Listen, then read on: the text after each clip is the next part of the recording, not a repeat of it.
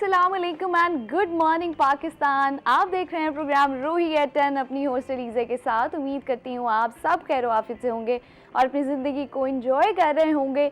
Enjoy करने की बात मैं हमेशा इसलिए करती हूँ कि मैं बार बार आप लोगों को रिमाइंडर देती हूँ कि ज़िंदगी में मुश्किलात और आसानियाँ ये ज़िंदगी का हिस्सा हैं। इनमें अपने आप को और अपने आसपास के लोगों को, खुद से जुड़े हुए लोगों को कभी नहीं भूलना, क्योंकि आपके खुश रहने के साथ साथ आपके खुश रहने पर डिपेंड कर रहे होते हैं आपके साथ जुड़े हुए लोगों की खुशी। तो आपने ख्याल रखना है कि अपनी ज़ात से किसी को नुकसान ना पहुंचाएं। आज का जो स्पेशल टॉपिक्स हैं, आज का शो हमारा बड़ा इम्पॉर्टेंट भी है, क्योंकि आज जो हमारे साथ दो मेहमान मौजूद हैं वो बड़े अहम हैं और उनसे हम बड़े अहम टॉपिक्स डिस्कस करने वाले हैं। मेहमानों का तारुफ मैं आपको करवाऊंगी, लेकिन सबसे पहले बताती चलूँ कि कल एक वाक़या पेश हुआ जो कि मेरे साथ हुआ। पर्सनली मैंने खुद उसको विटनेस किया और I will not name that specific bakery और उसी आउटलेट को मैं नेम आउट नहीं करूँगी, लेकिन मैंने एक जगह से एक चीज़ ली, पैटीज़ ली, आप कह लें खाने की कुछ और अशिया ली, जो कि बाद में मुझे समथिंग लाइक मुझे फ़ील हुआ कि नहीं, इसमें कुछ तो प्रॉब्लम है, कोई प्रॉब्लमेटिक चीज़ है इसमें। और खाने के बाद फिर मुझे नौज़िया भी होने लग गया। तो ये ज़्यादा हैरान कुन बात थी कि मुझे नौज़िया क्यों हो रहा है यही खाने के बाद। तो हमने रख लिया उसको। अच्छा, मेरी एक कॉल पर मैंने फूड अथॉरिटी को कॉल की और मुझे बड़ी खुशी हुई कि हमारे इदारे इतने मुतहर्रिक हैं, हमारे इदारे इतना दिल से काम कर रहे हैं कि मेरी एक सिंगल कंप्लेनेंट की कॉल पर फूड अथॉरिटी आई, उनकी टीम आई, उन्होंने वहाँ पे कार्रवाई इनिशिएट की, रेड किया। वहाँ पर जो भी मामलात हुए उसके बारे में आपको सारी डिटेल्स बताएंगे। इस शो का मकसद आप सब लोगों तक वो आगाही पहुँचाना है जिसकी हमें और हमारे माशरे को ज़रूरत है। हमारे माशरे के लोग, ख़ास तौर पे ख़वातीन की सेहत हमारे लिए बहुत ज़रूरी है, क्योंकि ख़वातीन के सर पे आप देखें, हमारी माएँ, बहनें, बेटियाँ आजकल हर फील्ड में आगे हैं और इसी के साथ साथ सेहत हर इंसान की ज़रूरी है। तो सेहत पर कोई कॉम्प्रोमाइज़ बिल्कुल नहीं होना चाहिए। बहुत लोग सोचते हैं कि क्या हुआ अगर 300, 400, 500 की चीज़ है, 1000 रुपये की चीज़ है तो इसके पीछे हमें कंप्लेन नहीं करनी चाहिए। एक कंप्लेन की वजह से आप बहुत सारे लोगों की ज़िंदगियां बचा सकते हैं अगर आप लोग उसको वक्ती कंप्लेन करते हैं। तो ये आज का जो शो है बेसिकली अवेयरनेस प्रोग्राम है, जहां हम आप सब लोगों के लिए बैठे हैं। हमारी कोशिश होती है आप तक सारी इन्फॉर्मेशन, एंटरटेनमेंट और अवेयरनेस भी आप तक पहुंचा सकें। तो इसी हवाले से आज जो हमारे साथ मेहमान मौजूद हैं, मोहम्मद उमैर हनीफ साहब मौजूद हैं जो कि डिप्टी डायरेक्टर फूड अथॉरिटी हैं। अस्सलाम वालेकुम। कैसे हैं सर आप? जी मैडम, अलग शुक्र, आप खैरियत से? और जी बिल्कुल, मैं भी ठीक हूँ। और आज की जो दूसरी मेहमान है वो इसलिए ख़ास हैं कि she is a social worker, और जो भी खातून हमें फील्ड में एक्टिव नज़र आती हैं वो हमारे दिलों के वैसे ही बड़ी करीब होती हैं कि एक खातून होने के बावजूद, आपको पता है इस मुआशरे में एक खातून के लिए घर से निकलना, काम करना, अपनी फैमिली को संभालना, बहुत सारे चैलेंजेस होते हैं। लेकिन उन तमाम चैलेंजेस को कोप किया एक ऐसी माँ जिसने अपने बच्चों की परवरिश की। और परवरिश करना भी आसान नहीं होता, ये लफ्ज़ बड़ा आसान है कि एक माँ बच्चे की परवरिश करती है, लेकिन जो माँ उन बच्चों की परवरिश करती है ये उसको पता होता है कि वो किन मुश्किलात का शिकार हो रही है, क्या क्या उसने टाइम, किस फेज़ से वो गुजरी है। तो ये तमाम चीज़ें हम जानेंगे। हमारे साथ मौजूद हैं आमना आफ्ताब, जो कि सोशल वर्कर हैं, जिन्होंने प्रेसिडेंट ऑफ पाकिस्तान से शान पाकिस्तान का अवार्ड हासिल किया, जिन्होंने यूनिसेफ से हमारा मुस्तकबिल का अवार्ड हासिल किया, जिनकी कारकर्दगी और जिन्होंने as a social worker society में अपना 110% देने की कोशिश की भी है और अभी भी उनकी कोशिशें जारी हैं। अस्सलाम वालेकुम। वालेकुम सलाम। Welcome to the show. Thank you so much. कैसी हैं आप? अल्लाह का शुक्र, ठीक ठाक। मुझे बड़ा अच्छा लगता है, ख़ास तौर पे एक मर्द के लिए फील्ड में निकलना आसान है एज़ कम्पेयर टू वमेन, क्योंकि हमारे मुआशरे में एक ट्रेंड था कि मर्द ही शुरू से फील्ड में निकलते थे, कमाते थे, वही घर संभालते थे, वही हर चीज़ टैकल करते थे, और एक ख़ातून जो थी वो सिर्फ घर का काम करती थी या बच्चों को देखती थी। लेकिन अब की ख़वातीन जो हैं, अब इस वक्त की, वो बच्चों को भी संभालती हैं, वो अपने रिश्तों को संभालती हैं, रिश्तों को समेटती हैं, साथ साथ यहाँ से जो डिस्टर्बेंस होती है उसको समेटती हैं, उसी के साथ साथ बाहर के काम करना, तो it's not easy at all. ये सिर्फ बात करना यहाँ पर बैठकर बहुत आसान है, या फिर जो लोग डिस्कस करते हैं उनके लिए डिस्कस करना बहुत आसान है, लेकिन जिस इंसान ने 10 मिनट भी गुजारे हो ना ऐसे, वो समझ सकता है कि उसने कैसे वो 10 मिनट गुजारे, उसके लिए वो 10 मिनट 10 साल होते हैं। बिल्कुल ऐसी। और मैं हमेशा एक यहाँ पे बात कहती हूँ कि हर एक को कॉस्ट पे करनी पड़ती है।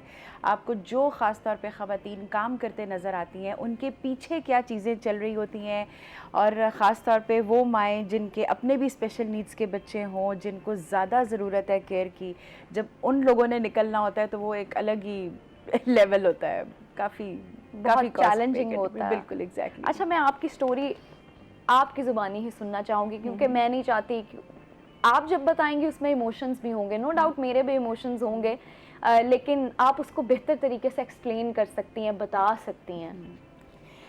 अच्छा जी, सबसे पहले मैं बताऊं कि मैं एक माँ हूँ 2 बहुत ही प्यारे बच्चों की। ज़िंदगी का जब स्टार्ट लिया था तो मैं एक फ़ैशन डिज़ाइनर थी, कभी नहीं सोचा था कुछ और करूँगी। मुझे यही था कि मैं, वो कहते हैं ना, फट्टे चुकूँगी, बस मैंने फ़ैशन की दुनिया में और रंगों से मैं खेलती थी। तो अल्लाह ताला ने 2 बहुत ही प्यारे बच्चे दिए, और उसके बाद ज़िंदगी बिल्कुल बदल गई। मैं मुल्क से बाहर रहती थी, और जब मैं पाकिस्तान मूव हुई तो यहाँ पे वो फैसिलिटीज़ नहीं थी। अच्छा। उसके बाद जो माइंडसेट है हमारी सोसाइटी का, ख़राब बच्चे पैदा करने वाली, पता नहीं कौन से गुनाह किए हैं, तुम अस्तगफिरुल्लाह क्यों नहीं करती, अल्लाह ताला ने तुम्हें पता नहीं किस चीज़ की सज़ा दी है। आप अंदाज़ा नहीं कर सकते जो कुछ मैंने इस मुल्क में आके वापस सुना। मेरे बच्चों को जो डिज़ीज़ है that is very rare in the world, cerebral ataxia, और वो 1 in 10 मिलियन है पूरी दुनिया में, और मेरे घर में 2 बच्चों को थी। पाकिस्तान में इसका कोई इलाज नहीं था, खैर पूरी दुनिया में इसका कोई इलाज नहीं है, लेकिन मेरे बच्चे केस स्टडी बने बाहर के मुल्क में, किंग अब्दुल अजीज़ यूनिवर्सिटी हॉस्पिटल। 2 साल मैं हॉस्पिटल रही अपने बच्चों के साथ, ये देखने के लिए कि उनको क्या है। फिर डॉक्टर्स ने जवाब दे दिया, उन्होंने कहा जी इनका जो लाइफ स्पैन है वो 4 साल से 6 साल के अंदर है। आप एक माँ को ये बता देना कि आपके बच्चे 4 साल या 6 साल से ज़्यादा ज़िंदा नहीं रहेंगे, ये एक बहुत बड़ी बात है। उनकी असल में ना ब्रेन सेल्स की डीजनरेशन शुरू हो गई थी उनके डिज़ीज़ के अंदर, और उसके बाद सोसाइटी का जो रवैया था मेरे साथ, एक माँ के लिए सोचें कि ना एक्सेप्टेंस हो सोसाइटी से, वो ऑलरेडी एक पेन से गुजर रही होती है। फिर अल्लाह का वादा है कि आप अल्लाह के लोगों के लिए काम करें, अल्लाह ताला आपके लिए आसानी करता है। मैंने थोड़ा सा काम शुरू किया, लोगों की मदद करनी शुरू की। इस वक्त मेरा बेटा माशाल्लाह 20 साल का है। अच्छा, माशाल्लाह। 18 की। कुछ अर्सा पहले भी मुझे चाइना बीजिंग हॉस्पिटल से कॉल आई, ईमेल आई, उन्होंने कहा कि जी अगर आपके बच्चे सर्वाइव कर गए तो हम उन पर दोबारा केस स्टडी करना चाहते हैं दुनिया में कि वो कैसे सर्वाइव किए। मैंने कहा कुछ चीज़ों की लॉजिक नहीं होती जो अल्लाह के काम होते हैं। बेशक। तो अल्हम्दुलिल्लाह। तो आपकी शादी कब हुई? 22 साल हो गए हैं, लेकिन बच्चों के फादर ने एक्सेप्ट नहीं किया बच्चों को, इसलिए आई हैड टू मूव। बच्चों के फादर ने एक्सेप्ट नहीं किया कि मैं इन बच्चों को नहीं रख सकता? बच्चे जिस तरह गिर रहे थे, व्हील चेयर पे आ गए थे, ना वो बोल सकते थे, ना वो चल सकते थे। इमोशनली भी चैलेंजेस आना शुरू हो गए थे। साइकेट्रिक, उनको ज़ाहिर बात है कि हेल्प की भी ज़रूरत थी। तो उस टाइम पे उसने जब छोड़ दिया तो मुझे पाकिस्तान आना पड़ा। काफ़ी लोगों ने कहा कि इतनी सारी वेलफेयर स्टेट्स हैं, वहाँ चली जाओ बच्चों को लेके, लेकिन बस पाकिस्तान से मोहब्बत, मैंने कहा मैं जो कुछ करूँगी पाकिस्तान में करूँगी, अल्लाह ताला ने शिफा देनी होगी तो पाकिस्तान आई तो यहाँ का रवैया, और उसके बाद जब वो कहते हैं ना हर चीज़ अंधेरा हो गया, और मुझे लगा कि मैंने शायद ज़िंदगी का सबसे बुरा गलत फैसला कर लिया। अल्लाह ताला ने फिर शायद सब्र और शुक्र का भी इनाम होता है, अल्लाह ताला ने एक और रास्ते पे डाल दिया। बिल्कुल ऐसा ही है। ये जो हमारे माशरे की सोच है ना, ये इंसान को, आपको नहीं पता, आप शायद, मैं और हमारे साथ दूसरे मेहमान हैं, अगर आज हम बैठ के कोई भी एक सिंपल सी बात कर लेंगे तो हमें नहीं पता वो हमारी बात का असर आप पे कितने सालों तक रहेगा, ऐसे ही है। और आप वो किस गिल्ट में लेके चला जाएगा। ऐसे ही है। हमारी सोसाइटी में ना हम बहुत आराम से कुछ भी कह देते हैं, खाली ये स्पेशल नीड्स नहीं, इवन अगर कोई लड़की 15-18 साल की हो गई है, थोड़ी सी फैटी है, हेल्दी है, उस पर भी इल्ज़ामात हैं। किसी की टाइम पे शादी नहीं हो रही, उस पर भी हमारी सोसाइटी ने हर वक्त बातें करनी है। तो हमें अपनी पूरी सोसाइटी का माइंडसेट चेंज करने की बिल्कुल ज़रूरत ऐसा ही है। है। अच्छा सर, चूंकि आज हमारे साथ मैंने आपको पहले भी बताया कि हमारा आज का प्रोग्राम अवेयरनेस प्रोग्राम है, हमारी कोशिश है हम आप तक आगाही पहुंचाएं। सर मुझे बताएं कि पंजाब फूड अथॉरिटी का बुनियादी मकसद और मिशन क्या है, किस मिशन पर आप लोग काम कर रहे हैं? मैडम हमारा जो प्राइम फोकस है वो लोगों को जो है सेहतमंद ग़िज़ा प्रोवाइड करना है, ठीक है। जिस तरीके से ऐसी ग़िज़ा जिसके खाने से उनको किसी किस्म की बीमारियां ना हों। आप देखें कि वक्त के साथ साथ हॉस्पिटल्स का लोड कितना बढ़ता जा रहा है, और ये ज़्यादातर जो डिजीज़ हैं ये फूड बॉर्न इलनेसेस इनको कहते हैं। अगर हमारे माशरे में, हम सोसाइटी में, अगर हम ये लोग इस चीज़ में हम कामयाब हो जाएं और इसमें जो है पब्लिक हमारा साथ दे, तो हम काफ़ी हद तक जो है ना हॉस्पिटल्स का जो लोड है उसको कम कर सकते हैं। बिल्कुल ऐसा ही है।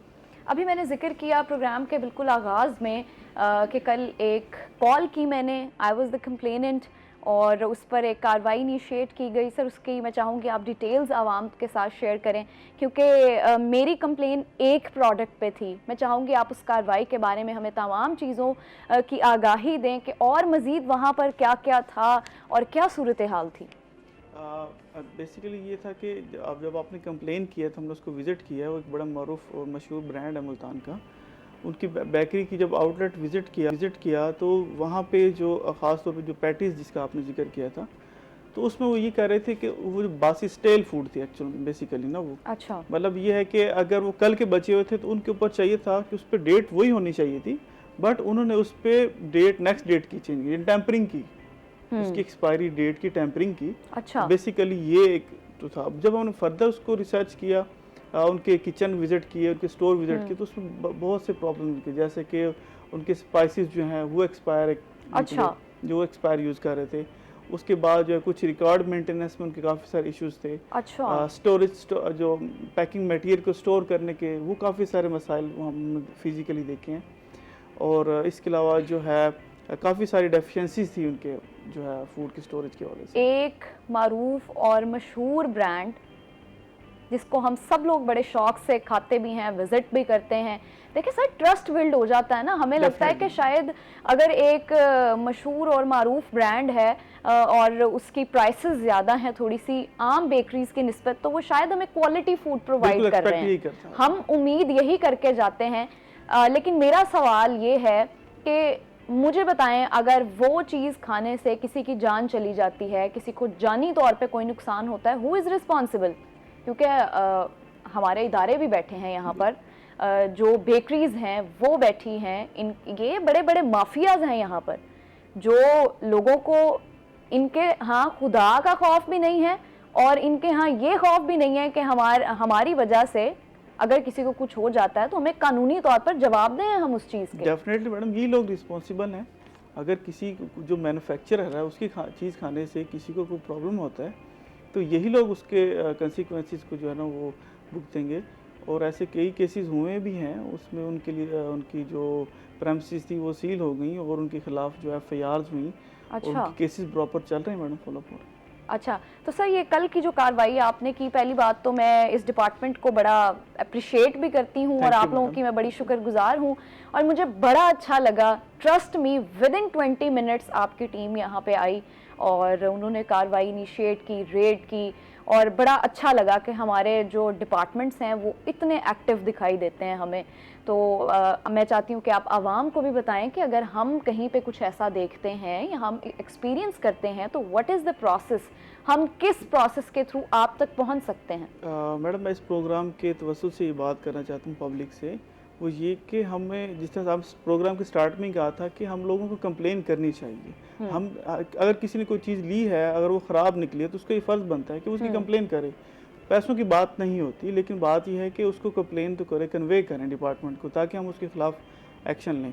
एक जनरल अवेयरनेस की बात मैं आपको बता देता हूँ मैडम, वो ये है कि जब कोई भी फूड आइटम जिसका हमारे यहाँ ट्रेंड ही नहीं है कि हम उसके एक्सपायरी लेवल को पढ़ते ही नहीं है, बिल्कुल ठीक है, उसकी मैन्युफैक्चरिंग डेट, एक्सपायरी डेट, पढ़ना बहुत ज़रूरी है, ये कब बना है, इसने कब एक्सपायर होना है, बिल्कुल। और इसका इंटेंडेड यूज़ क्या है, और उसके साथ साथ जो इसका मैन्युफैक्चरर कौन है। बाज़ का ऐसा भी होता है कि प्रोडक्ट बनी होती है, पैक भी होती है, लेकिन उसका मैन्युफैक्चरर नहीं होता, वो मिस ब्रांडिंग होती है, वो छुप के कहीं काम कर रहे होते हैं। अच्छा, ये भी लॉ के खिलाफ है? जी मैडम, लॉ के अगेंस्ट है। ओके। अच्छा, मुझे ये भी बताएं, चूँकि मैं स्पेसिफिकली कल की कार्रवाई पे बात कर रही हूँ, तो मुझे बताएं वहाँ पर जनरली भी मैं ये आपसे पूछना चाहूँगी, क्या जो फूड आइटम्स ऐसे पड़े हुए होते हैं बेकरीज पे, उनके इंग्रेडिएंट्स साथ लिखना लाजमी है? जी मैडम, वैसे बेसिकली ये चीज़ ज़रूरी है, इंग्रेडिएंट्स का मेंशन होना। यानी हर प्रोडक्ट के साथ जी। उसके इंग्रेडिएंट्स मेंशन्ड होने चाहिए बिल्कुल कि होने हम इसमें ये इस्तेमाल कर रहे हैं। हाँ जी, और साथ साथ क्योंकि देखिए कुछ लोग को स्पेसिफिकली किसी चीज़ के लिए एलर्जिक होते हैं, तो बिल्कुल। उनके लिए मेंशन होना चाहिए कि ये एलर्जन इसके अंदर हैं, तो ये लोग बिल्कुल। उसको अवॉइड करें। बाद लोगों को पीनट से एलर्जिक होती है, बाद लोग Exactly. जो होते हैं फ्लोर से होती है, जिस तरीके से उनको उससे, तो ये इंग्रेडिएंट्स मेंशन होने चाहिए। अच्छा उमैर साहब, चूँकि मुझे बताएं कि कल जो आपने सारी रेड किया और आपने भी बताया कि कंटामिनेटेड जार्स थे और कंटामिनेटेड थी उनकी कुछ जी। चीज़ें, स्पाइसेस एक्सपायर थे और बहुत सारे मसाइल थे, तो फिर इसका लाहे अमल क्या हुआ, क्या रिजल्ट्स थे इसके? ऐसे लोग जो कि एक्सपायर चीज़ें इस्तेमाल कर रहे हैं, ऐसे लोग जो आवाम की जानों के साथ खेल रहे हैं, क्या कानून है कि उनके साथ क्या किया जाए? जी मैडम, इसमें ये है कि हम पहले हमारी कोशिश होती है कि जो कोई भी फूड बिजनेस ऑपरेटर है, अगर वो मिलावट नहीं कर रहा, तो उसको उससे पहले एक दफ़ा तो हम उसको गाइड करते हैं, इम्प्रूवमेंट नोटिस देते हैं, उसको हम सारी काम की डिटेल्स बता के आती हैं SOPs के अकॉर्डिंगली कि ये आप काम करवाएं। अगर फिर उसके बाद वायलेशन होती है, ठीक है। तो फिर हम उसमें फ़ाइन इम्पोजिशन करते हैं, ठीक है, उसके ठीक भी है। SOPs हैं। अगर फिर भी वो वायलेट करता है, तो उसके बाद फिर हम उसको सील कर देते हैं। ठीक है जी, ब्रेक पे जाएंगे हम, एक शॉर्ट ब्रेक के बाद वापस आएंगे, आप हमारे साथ रहिएगा।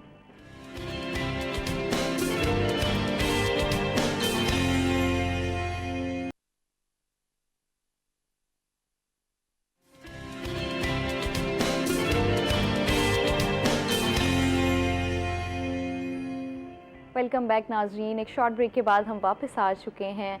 अच्छा उमैर साहब, मैं वही बात कर रही थी कि आप ये बता दें मुझे, आपने भी बताया कि पहले एक वार्निंग इशू की जाती है, वार्निंग के बाद फ़ाइन किया जाता है, देन उसके बाद SOP ये है कि बाद में सील किया जाता है, थर्ड स्टेप ये लिया जाता है। लेट सपोज़ एक पर्सन जिसने वहाँ का फूड आइटम खा लिया और वो फिज़िकली अनफिट हो गया, उसको कोई प्रॉब्लम हो गया, उसको हेल्थ इशू हो गया, देन क्या प्रोसेस है? मैडम, उसमें ये है कि हम फिजिकली जाके उसको चेक करेंगे, वो जो ठीक है। उन्होंने खाना, वो जो फूड एडल्ट्रेटेड फूड खाई है, उसको बिल्कुल। चेक करेंगे, ठीक है, और उनकी जो शॉप है या आउटलेट है वहाँ पे जाके विज़िट करेंगे, उसकी इंस्पेक्शन करेंगे।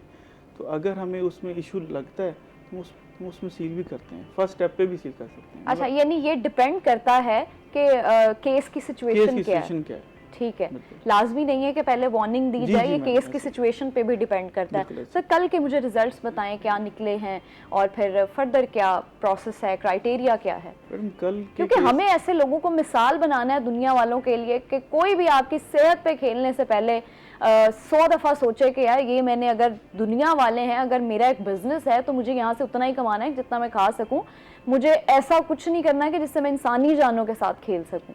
जो हेल्थ हैजर्ड चीज़ें थी वहाँ पे, वो हमने फौरी तौर पे ज़ाया करवा दी, ठीक जैसे है। कि स्पाइसेस थे, बाकी जो बेकरी आइटम्स थे, और उसके साथ साथ जो है हमने उनको हैवी फाइन इम्पोज की है, ठीक ठीक है। है, और इसके साथ साथ उनका जो प्रोडक्शन यूनिट है उसको भी विजिट करवाया।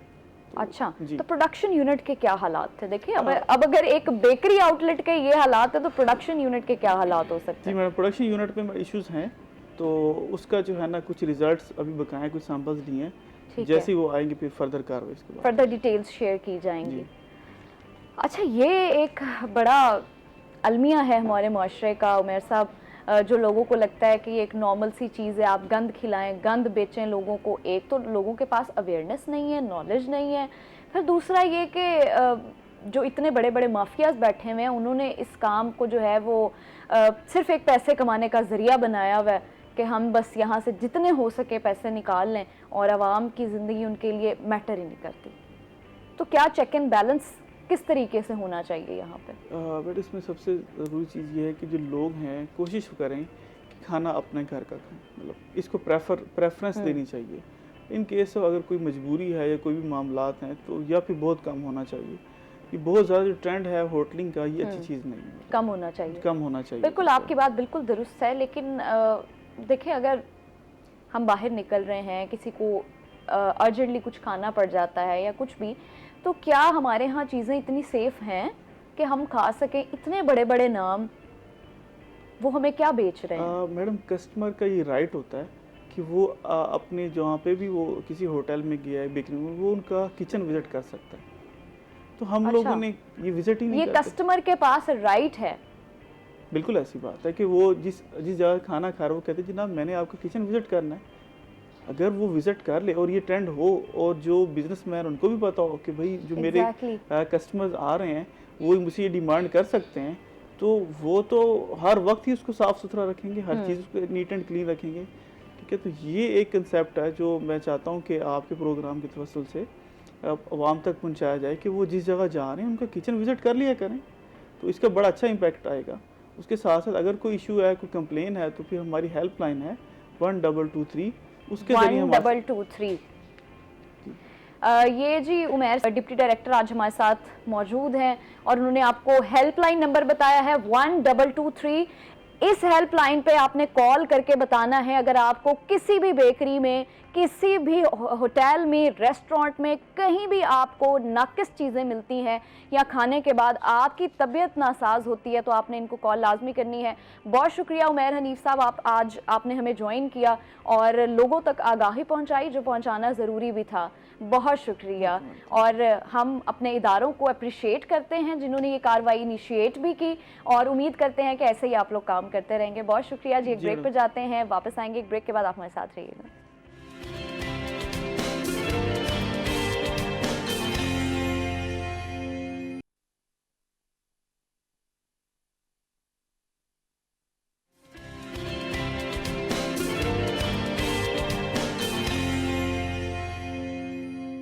वेलकम बैक नाजरीन। एक शॉर्ट ब्रेक के बाद हम वापस आ चुके हैं। अच्छा जी, हमें हमारे नए मेहमान ने ज्वाइन किया है। उनका तारुफ करवाने से पहले मैं आपको ये बताना चाहूँगी कि खुदारा आप लोगों ने अपनी सेहत के साथ कॉम्प्रोमाइज़ नहीं करना और आवाज़ उठाना सीखें अपने हक़ के लिए, लोगों के लिए। चलें, आप अपने लिए तो जब आवाज़ उठाते हैं, आज मेरा इस प्रोग्राम का मकसद सिर्फ यही था। मैं जो चीज़ फेस कर चुकी हूँ ये सब एक साइड पे है, लेकिन जो इस मुआशरे के, इस शहर के लोग हैं, यहाँ के रिहायशी लोग हैं, किसी का जानी नुकसान ना हो, इसलिए आज का शो हमने किया है और आप तक ये इन्फॉर्मेशन पहुँचाई है कि खुदारा जब भी आप लोग कहीं जाएं, बड़े बड़े होटल्स में, बेकरीज़ में, रेस्टोरेंट्स में, किसी भी फूड पॉइंट पे, तो उनके किचन विज़िट करें लाजमी। यू हैव दैट राइट, आपके पास ये हक़ है कानूनी तौर पे भी कि आप एज अ कस्टमर वो चीज़ों को चेक कर सकते हैं, आप चेक एंड बैलेंस रख सकते हैं। तो प्लीज़ आप लोग अपनी सेहत पर और अपने से जुड़े हुए लोगों की सेहत पर कॉम्प्रोमाइज़ करना छोड़ दें। और मैसेज है मेरा ये इन बड़े बड़े बिजनेसमैन, स्टेक होल्डर्स के लिए कि प्लीज़ खुदा का भी खौफ करें और कानून का भी थोड़ा सा खौफ करें, क्योंकि हमारे मुल्क के कवानीन अभी भी सख्त हैं और ये साबित करते हैं कि वो मुल्क के कानून जो है वो आज भी उन लोगों के साथ हैं जो कि जिन्होंने ये तमाम चीज़ें फेस की हैं, जो विक्टिम्स हैं। तो इसलिए खुदा का भी खौफ करें और कानून का भी खौफ करें ताकि आप ऐसे वाक़यात से भी बच सकें और आवाम की जान को भी आप नुकसान ना पहुंचा सकें। अच्छा जी, हमें आज अभी जिस मेहमान ने ज्वाइन किया है उनका तारुफ करवाती चलूँ तो हमें ज्वाइन किया सैयद ज़ुहैब बुखारी जो कि सीनियर रिपोर्टर रोही टीवी हैं। अस्सलाम वालेकुम। वालेकुम सलाम। कैसे हैं आप? अल्हम्दुलिल्लाह फाइन, आप ठीक हैं? मैं ठीक हूँ, अल्लाह का शुक्र। अच्छा जी, बैक टू आमना, क्योंकि आमना मैं खुद I am a very sensitive person emotionally भी, तो मैं आपकी उस चीज़ को ना फील कर पा रही हूँ कि जो चीज़ आपने बर्दाश्त की। अच्छा, बीइंग अ वुमेन, अगर आपके शौहर को कुछ हो जाए तो भी आप रिस्पॉन्सिबल हैं। ऐसे ही है। बीइंग अ वुमेन, अगर आपके बच्चों को कुछ हो जाए तो भी आप रिस्पॉन्सिबल हैं। बीइंग अ वुमेन, अगर आपके माँ बाप को भी कुछ हो जाए तब भी आप रिस्पॉन्सिबल हैं। बिल्कुल। तो मेरा सवाल ये है कि क्या एक खातून होना, एक लड़की होना क्या गुनाह है? नहीं नहीं, अल्लाह ताला ने इतना वो कहते हैं ना मेंटली इतना पावरफुल और इमोशनली इतना बैलेंस एक औरत को बनाया है कि वो हर रिश्ते को बहुत अच्छे से लेके चल सकती है। तो ये मैं दोबारा वही बात करूँगी कि हमारी सोसाइटी का माइंडसेट है कि हर चीज़ का इल्ज़ाम आपने उसको देना है जो केयर टेकर है। वो चाहे माँ बाप का केयर टेकर है, बच्चे का केयर टेकर है, तो सजावार तो वही है। वो कहते हैं ना, वो जिसने सबक याद किया उसको छुट्टी ना मिली। तो वो औरतें जो जितनी ज़्यादा इन्वॉल्व होती है, और अक्सर आप देखें हाउस वाइफ्स को, उनको हमेशा ये वो होता है कि हमारे पास तो वक्त ही नहीं है। हाँ। खाना बनाते रहते, ये करते रहते वो, और जो ख़वातीन बाहर काम करने चली जाती हैं वो सारा कुछ मैनेज भी कर रही होती हैं, सब कुछ वो उसको लेकिन कर रही होती हैं। फिर सोसाइटी को मसला भी तो उन खवातीन से होता है ना। सोसाइटी का तो सबसे मसला है, वो ख़वातीन हैं, वो बच्चे हैं, वो बुज़ुर्ग हैं, वो चलती है तो ऐसे क्यों चलती है, वो देखती है तो ऐसे क्यों देखती है, वो बोलती है तो, यानी कि हर चीज़ का मसला है। आप सोसाइटी की तो वो कहते हैं ना चैप्टर खोलेंगे तो ये नेवर एंडिंग स्टोरी है। अच्छा, तो फिर आपने अपने आप को इमोशनली स्ट्रॉन्ग कैसे किया? असल में जब आपके पास ऑप्शन नहीं रहती ना हारने की और थकने की, दो बच्चे जिनका बाप एक्सेप्ट करने के लिए तैयार नहीं है, सोसाइटी उनको बातें सुनाती है, मेरी एक्सेप्टेंस ख़त्म हो गई, लोगों ने शादी ब्याह पे बुलाना छोड़ दिया, बच्चों की सालगिरहों पे नहीं बुलाते थे कि मुझ जैसी माँ उनके कहीं बच्चे को नज़र ना लगा दे। इस कदर अच्छा। आप इमेजिन नहीं कर सकते कि मुझ जैसी माएँ और मैंने क्या चीज़ फेस की इस सोसाइटी के अंदर। उसके बाद मुझे जब मैंने ये तहिया कर लिया कि मैंने अपने अल्लाह के लिए काम करना है, मैं अपने पाकिस्तान के बाकी बच्चों के लिए काम करूंगी, और सबसे मेरा जो बड़ा ऑब्जेक्टिव था वो था अवेयरनेस, कि मैं लोगों को ये कहूँ कि ये बच्चे बोझ नहीं हैं। और मैंने ये जब बात शुरू की तो मुझे आहिस्ता आहिस्ता एहसास हुआ कि नहीं, लोग ठीक कहते हैं, ये बच्चे बोझ हैं। रीज़न, आपकी स्टेट ने अभी तक कोई ऐसा काम नहीं किया कि वो इन बच्चों को संभाल सकें। अच्छा। इन पेरेंट्स का बोझ बांट सकें। बाहर के मुल्कों में प्रॉपर नर्सिंग होम्स हैं, आपकी बसेस आती हैं, वो बच्चे को ले जाती हैं, बच्चे का 4-6 घंटे ख्याल रखा जाता है, उसके बाद बच्चे को वापस घर छोड़ा जाता है। इतने सिस्टमैटिक तरीके से उन बच्चों को रखा जाता है कि वो पेरेंट्स के लिए बोझ नहीं बनते। हम पाकिस्तान में क्या करते हैं, हम उसको और ताने देना शुरू कर देते हैं। सोसाइटी, हमारी स्टेट भी कुछ नहीं करती है। हमारे पास ऐसे इंस्टीट्यूट्स, ऐसे इदारे नहीं हैं। हर वालदैन के पास इतने पैसे नहीं है कि वो 2-2 मेड्स रख के तो बच्चे का ख्याल रखने के लिए किसी को रखें। माँ जो ऑलरेडी इतनी सारी जिम्मेदारियों में है, आप उसको एक बहुत ख़ास बच्चा दे दें जिसने शायद खाना भी 18-20 साल तक उसके मुंह में डालना है, नहलाना धुलाना भी उसी ने है, जूता भी उसने पहनाना है, तो आप सोचें कि वो उस एक औरत ने बाकी घर को कैसे संभालना है। तो हमारी स्टेट कहाँ है, हमारे इंस्टीट्यूट्स नहीं है। एग्जैक्टली। तो ये एक बहुत बड़ा गैप है कि हमारे माशरे में ये चीज़ मिसिंग है। और मुझे फिर उसका एहसास हुआ कि हमें ये कहने से पहले कि आपके बच्चे आप पे बोझ नहीं है, हमें वो उनका बोझ खुद बांटना होगा। हमें इंस्टीट्यूट्स की ज़रूरत है। अच्छा, तो आप पूरे पाकिस्तान में काम कर रही हैं? स्पेसिफिकली पंजाब में, यस। स्पेसिफिकली पंजाब में, लेकिन ओवरऑल पाकिस्तान? ओवरऑल हम पूरे पाकिस्तान में। तो किस तरह की सोशल बेसिक और कॉमन डिसेबिलिटीज़ हैं जिनको आपके इंस्टीट्यूट्स में डील किया जाता है? मैं यहाँ बताना चाहूँगी कि हमारी ऑर्गेनाइजेशन जो है पाकिस्तान की पहली और वाहिद ऐसी ऑर्गेनाइजेशन है जो सारी डिसेबिलिटीज़ में काम कर रहे हैं। अच्छा। हम लोग ब्लाइंड बच्चों के साथ काम कर रहे हैं, बच्चे मींस बड़े भी 50 इयर्स तक, डेफ लोग हैं, व्हील चेयर यूज़र्स हैं, फिर आपने मेंटली चैलेंज नाम सुने होंगे, ऑटिज़म, डाउन सिंड्रोम, जो बच्चे एग्रेसिव हो जाते हैं या जिनकी कुछ शक्लें डिफरेंट होती हैं, उनकी बाइपोलर भी होते हैं कुछ लोग। बाइपोलर डिफरेंट चीज़ है। अच्छा, वो एक साइकेट्रिक इशू है। मैं मेंटली और फिजिकली चैलेंज लोगों की बात कर रही हूँ। इस वक्त हम लोग जो हैं वोकेशनल ट्रेनिंग भी करा रहे हैं, जिनका कंट्रोल खुद पर नहीं होता। अच्छा, 2 तरह के हैं। अच्छा। एक है फिजिकली चैलेंज। फिजिकली चैलेंज लोगों में आ जाते हैं जो देख नहीं सकते, ठीक है, बोल नहीं सकते, सुन नहीं सकते, चल नहीं सकते, वो व्हील चेयर पर हैं। फिर है मेंटली चैलेंज, जो फिजिकली बड़े होते जाते हैं लेकिन मेंटल एज उनकी बिल्कुल छोटी होती है, जैसे बच्चों की तरह होते हैं। बच्चों की तरह। जैसे मेरी बेटी माशाल्लाह 18, लेकिन अभी भी वो बाहर निकलती है तो उसको ये लगता है कि जो चांद निकलता है ना वो उसको देखने के लिए आता है, और जिस रात वो नहीं निकलती चांद नहीं आता। अच्छा जी, कॉलर है एक हमारे साथ लाइन पे, कॉल ले लेते हैं। अस्सलाम वालेकुम। जी अस्सलाम वालेकुम। वालेकुम अस्सलाम, क्या नाम है आपका? जी मैं अशफाक अहमद बोल रहा हूँ मुजफ्फरगढ़ से। ठीक है इशफाक, बताइए क्या सवाल है आपका? जी जी, ये आमना साहिबा भी मौजूद है यहाँ पर। तो अर्ज ये करना था, हमारे यहाँ डिस्ट्रिक्ट मुजफ्फरगढ़ के साथ एक कस्बा है, हम्म। तो वहाँ पर एक खातून है, उनके 3 बच्चे पोलियो का शिकार हुए हैं अच्छा। और उनकी उम्र 14, 15 और 16 साल के दरमियान है। इंतहाई गरीब लोग हैं वो। मैंने एक प्रोग्राम भी किया उनका, तो अगर ठीक है। चाहें तो वो भी मैं आपको व्हाट्सएप कर सकता हूँ। उस ठीक है। प्रोग्राम में उस खातून को मैंने देखा है कि पाकिस्तान की अजीम खातून कहूँ तो कम नहीं होगा।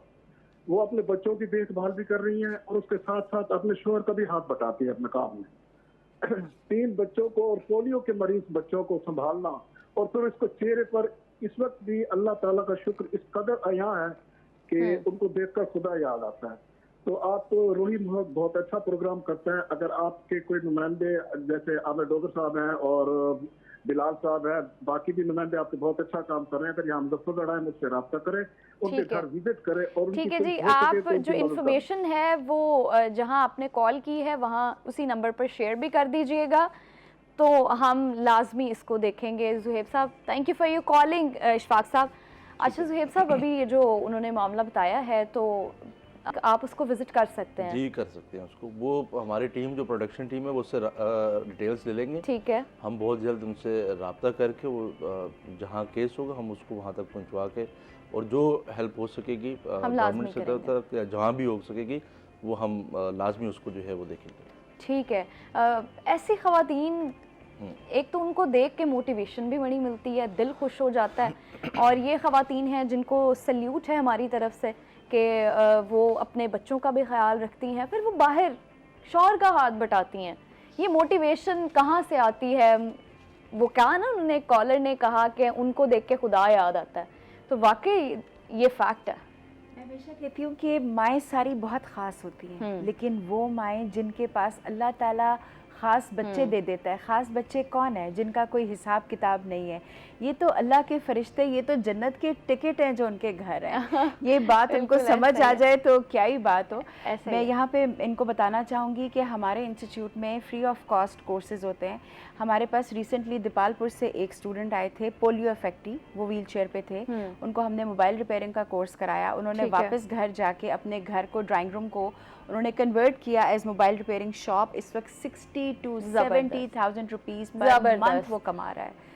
ठीक है, हिम्मत ना हारें और बिल्कुल ऐसा ही है, हिम्मत हारनी भी नहीं चाहिए। एक छोटे से वक्फे पे जाएंगे, वक्फे के बाद वापस आएंगे, आप हमारे साथ रहिएगा।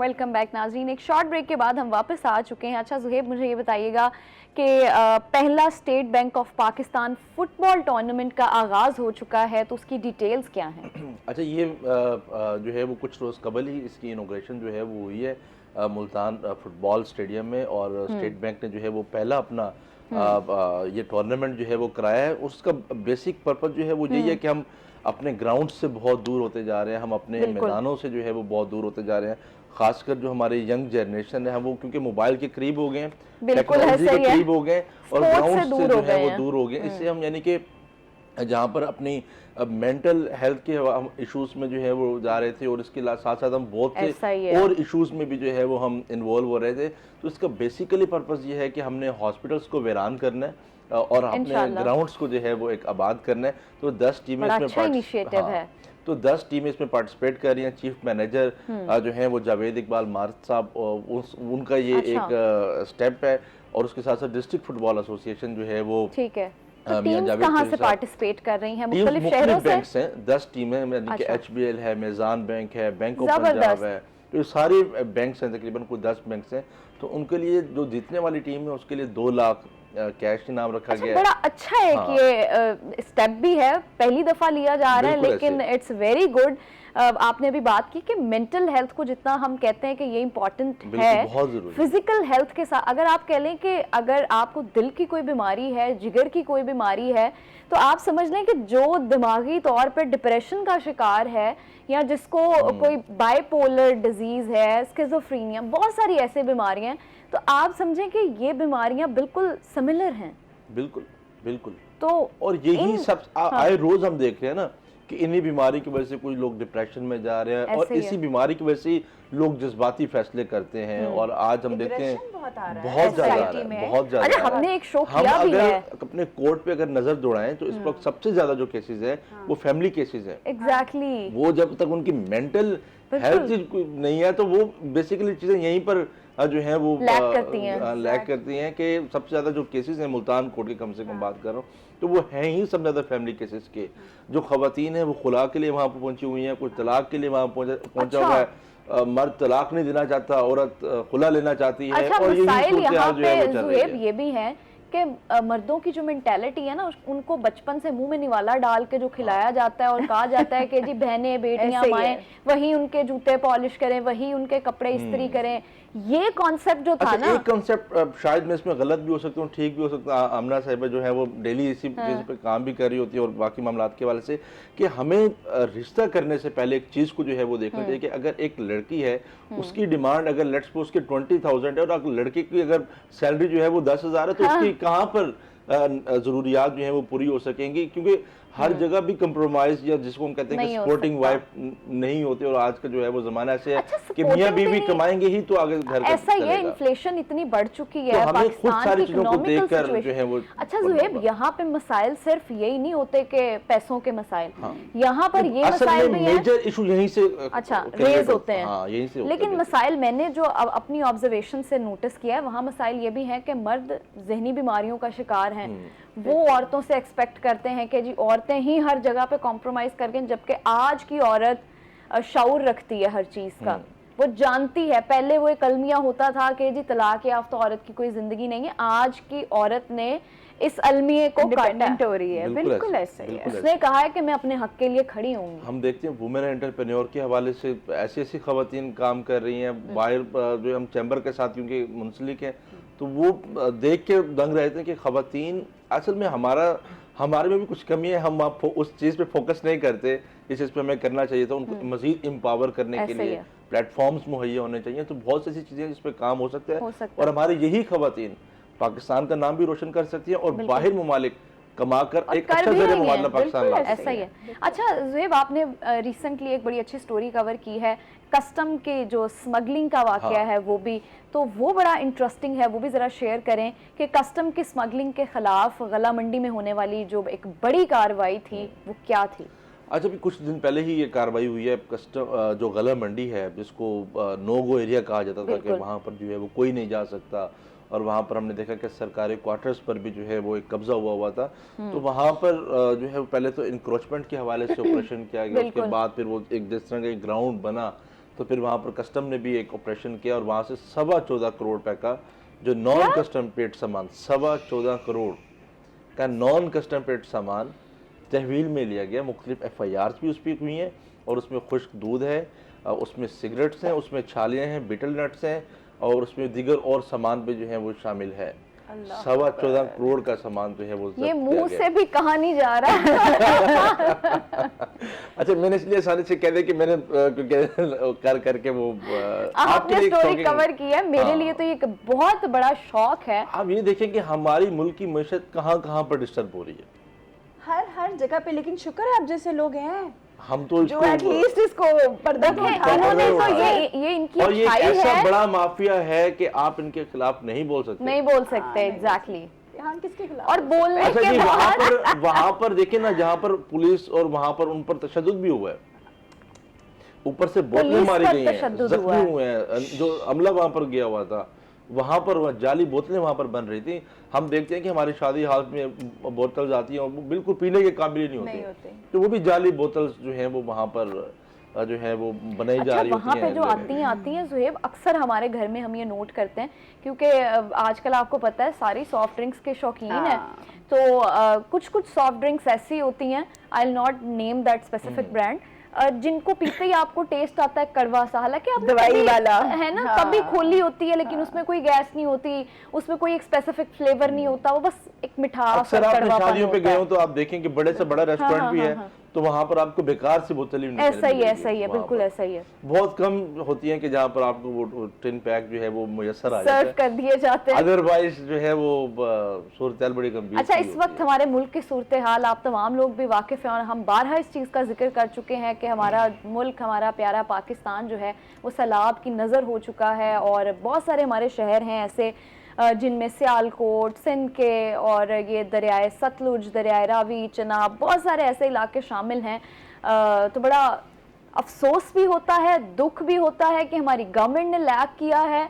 जिस चीज़ की पेशन गोई पहले कर दी गई थी वो नहीं हो सके, स्टेप्स भी नहीं हो सके मैं मुकम्मल। हमेशा कहती हूँ, अगर जिस कौम के हुक्मरान फैसले टाइम पे नहीं लेते, फिर उस कौम को अपनी जान दे के उसका अजाला करना पड़ता है। और अभी यही हो रहा है, हम अपना जान माल हर चीज़ की हमारी इस वक्त बिल्कुल ऐसा ही है, हम challenges जान हैं, माल बहुत सब ज़्यादा। कुछ दाव पे लगा के लग बैठे चुका हुए है, हैं। बिल्कुल। बहुत शुक्रिया आमना, आपने हमें ज्वाइन किया, बहुत अच्छा लगा आपसे मिलके। और आप जैसी ख़वातीन हमारे माशरे को चाहिए, हमें ज़रूरत है आप जैसी ख़वातीन की।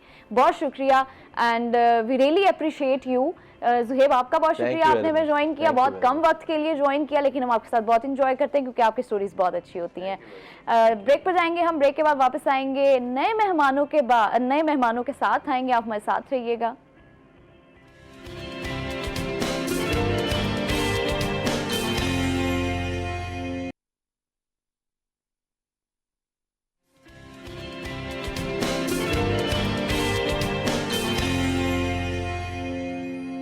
वेलकम बैक नाज़रीन, एक शॉर्ट ब्रेक के बाद हम वापस आ चुके हैं अपने नए मेहमान के साथ।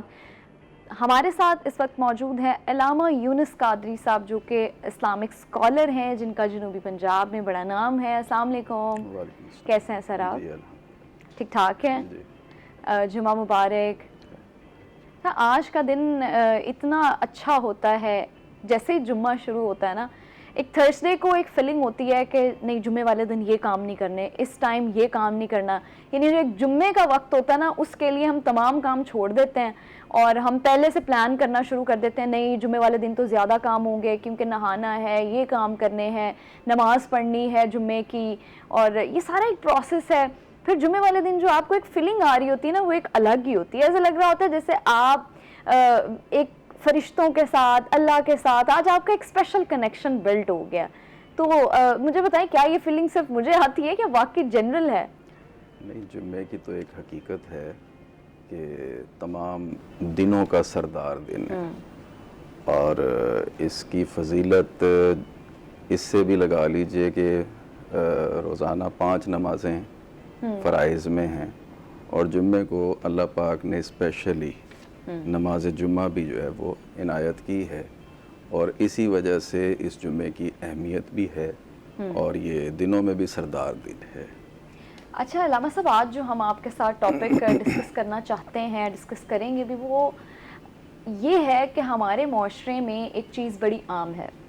ख़ास तौर पे आप देखें कि कुछ लोगों के पास पैसे नहीं होते डॉक्टर के पास जाने के लिए, लेकिन वो क्या करते हैं कि जी वो बहुत सारे ऐसे जो नामी गिरामी जो हैं वो सिर्फ स्कॉलर का टैग लगा के अपने साथ बैठे हैं, वो वहाँ जाते हैं और तावीज़ लेते हैं और उनको पैसे भी देते हैं। फिर यानी वो डॉक्टरों को 500 या 1000 नहीं देंगे, लेकिन वहाँ जाकर वो हज़ारों खर्च कर देंगे। तो मैं ये जानना चाहूँगी, हमारे यहाँ हमारे माशरे में ये कन्फ्यूजन है, हमारा पूरा माशरा इस चीज़ का शिकार है, इस कन्फ्यूजन का, कि तावीज़ लेना क्या जायज़ है या नहीं है। पहले तो मुझे बताएं, तावीज़ से मुराद क्या है ये? देखिए, जो शिफा है ना, वो 2 तरह की है, एक रूहानी और एक जिस्मानी। बिल्कुल। जिस्मानी बीमारी जब बंदे को लग जाती है तो उसके लिए फिर वो इलाज करवाता है तो किसी हकीम या डॉक्टर के से रुजू करता है, वो उसको उसके जिस्म का इलाज बताते हैं। अगर तकलीफ़ जिस्मानी है तो उसके लिए जो मुआलिज होगा वो भी ज़ाहिरी तौर पे जिसने वो इल्म हासिल किया हो हिकमत का या डॉक्टरेट का, बिल्कुल, तो वो उसके लिए बेहतरीन है।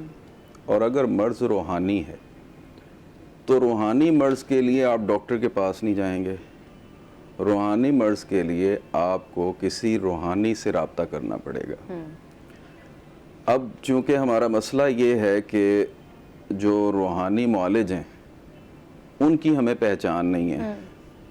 उस पहचान के ना होने की वजह से तो जो भी कोई अपने साथ किसी रूहानियत का टैग लगा लेता है तो उसको बग़ैर जांचे या उससे बग़ैर परखे वो उससे इस्तिफ़ादा हासिल करने के लिए चले जाते हैं।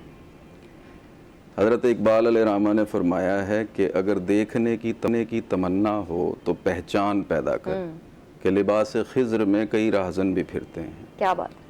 तो वो ये मसला तो हमारे माशरे का है, उसकी बेसिक जो वजह है वो हमारे अंदर वो पहचान नहीं है, वो मार्फत नहीं है कि जो हमें अपने रूहानी अमराज का भी पता चले और उसके मौलिज का भी पता अल्लामा चले। साहब, आप रूहानी अमराज का जिक्र कर रहे हैं तो वो क्या हो सकती हैं रूहानी अमराज? देखें, जब बंदा किसी भी जिस्मानी आर्जे में मुब्तला होता है तो उसके सिम्टम्स होते हैं। बीमार हो जाएगा, हेपेटाइटिस के अलहदा सिम्टम्स हैं, उस वो चेहरे से उसकी जो है ना वो पता चल रहा होता है, उसकी जिस्मानी जो है ना पोजीशन से पता चल रहा होता है। इसी तरह से रूहानी मर्ज़ है और इसका ज़िक्र है। नबी अल्लाह पाक ने कुरान करीम फुरकान हमीद में इरशाद फरमाया, फ़ी कुलूबिहिम मरदुन फ़ज़ादहुमुल्लाहु मरदा, कि उनके दिलों में मर्ज़ पड़ गया। रूह और अल्लाह ने जो इंसान को एडिशनल खसाइल से नवाजा है, जिनका तज़किरा है, जब उनकी सही तौर पर नशोनुमा परवरिश नहीं होती तो इंसान की रूह जो है वो बीमार हो जाती है। जिसका की वजह जो इस वक्त हमारा मुआशरा है वो रूहानी तौर पे कमज़ोर है। हम तमाम लोग रूहानी अमराज के जी शिकार जी हैं। जी। और उसकी वजह ये है, एक तो दीन से दूरी, वो तो बुनियादी चीज़ है, लेकिन उसके साथ साथ हमें बताया भी नहीं गया ना, हमें ज़ाहिरी हवाले से हमें पाकीज़गी का बताया भी नहीं गया और रूहानी हवाले से पाकीज़गी का नहीं बताया गया। ये वो बुनियादी वजह है और इसका ज़िक्र हज़रत इकबाल अलैहिर्रहमा ने फरमाया है। हमारे पास जो राइज तरीका है जो इस्लामी दरस व तदरीस का, उसमें भी नहीं पढ़ाया जा रहा, ना बताया जा रहा है। उसके लिए हज़रत इकबाल अलैहिर्रहमा ने फरमाया, गला तो घोंट दिया अहले मदरसा ने तेरा, कहाँ से आए सदा ला इलाहा इल्लल्लाह। अब हज़रत इकबाल की ये जो बात है कि वो सदा कौन सी है, वो कल्ब की सदा है, क्योंकि इंसान के वजूद में ये एक ऐसा वजूद अल्लाह पाक ने तरतीब दिया है, बनाया है, जिसका ज़िक्र नबी करीम सल्लल्लाहु अलैहि वसल्लम ने इरशाद फरमाया, इन्ना फिल जसद आदम लिमुदगा इज़ा सलहत सलहतिल जसद कुल्लुहु इज़ा फसदत फसदतिल जसद कुल्लुहु अला वहियल कल्ब। बनी आदम के जिस्म में गोश्त का लोथड़ा है, अगर वो ठीक है तो पूरा जिस्म ठीक है, अगर वो ख़राब है तो पूरा जिस्म ख़राब है। ख़बरदार हो जाओ, वो कल्ब है। तो ये जो लतीफ़ा कल्ब है ये इंसान के वजूद में है, लतीफ़ा रूह है ये इंसान के वजूद में है। इसी तरह इंसान के वजूद में बेशुमार रूहानी पावर्स मौजूद हैं जिनका बाकायदा हदीस पाक में, कुरान करीम में ज़िक्र है। अच्छा अल्लामा साहब, मुझे ये बताएं कि क्या नबी करीम सल्लल्लाहु अलैहि वसल्लम ने तावीज़ के बारे में कोई इरशादात फरमाए हैं? जी, तावीज़ के हवाले से मुख्तलिफ़ रिवायात में मौजूद है और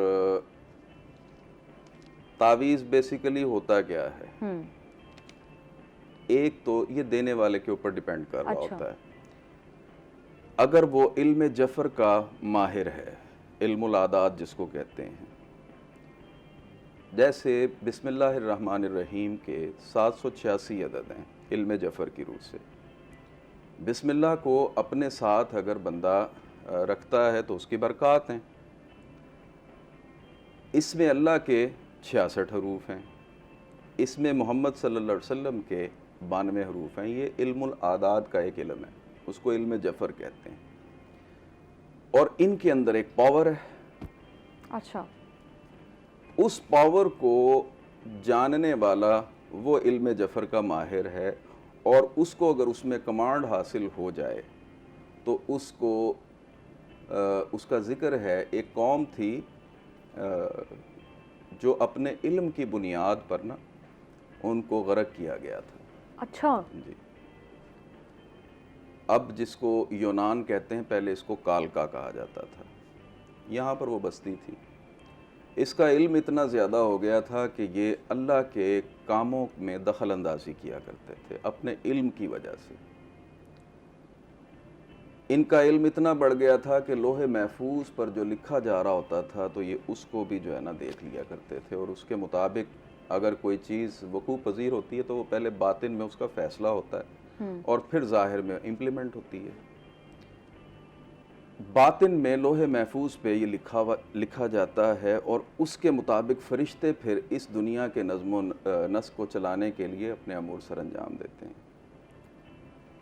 वो उनका इल्म इतना ज़्यादा बढ़ गया था कि वो उस तहरीर को भी पढ़ लिया करते थे और उसके मुताबिक यहाँ मामलात किया करते। अगर कहीं पे कहत का सिलसिला लिख दिया गया कि इस जगह पे कहत आना है तो वो उसके पैरेलल जो है एंटी जो है वो मामलात कर लिया करते थे और जमा कर लिया करते। अच्छा अलामा साहब, आपकी इस बात से ही मैं एक बात करूंगी, जो इस वक्त मुल्क की सूरत हाल है, सैलाब जो है पाकिस्तान के बहुत सारे शहरों को मिलिया मेट करता जा रहा है, आप भी उस चीज़ से वाकिफ़ हैं। हम रोज़ ख़बरें देख रहे हैं कि कभी सियालकोट, कभी कौन सा शहर, कभी दरियाए रावी, कभी दरियाए चनाब, कभी लाहौर, कभी कहीं, तो मुतासर हो रहे हैं बहुत सारे शहर।